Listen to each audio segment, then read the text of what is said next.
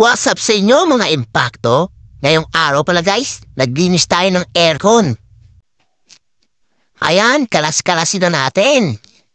Ang hirap mag-video na walang stand. Tapos nalimutan ko pa i-record yung iba. Hay! Hindi ko alam ano nangyari. Bigla na lang hindi siya nag-record. Hay! Nakakainis. Kaya yan lang. Kung paano na siya buuin.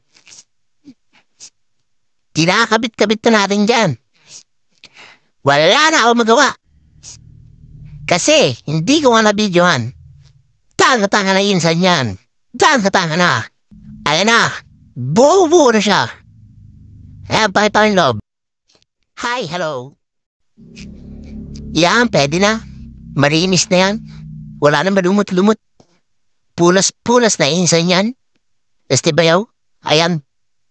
Gana na aircon sa atin mini solar setup.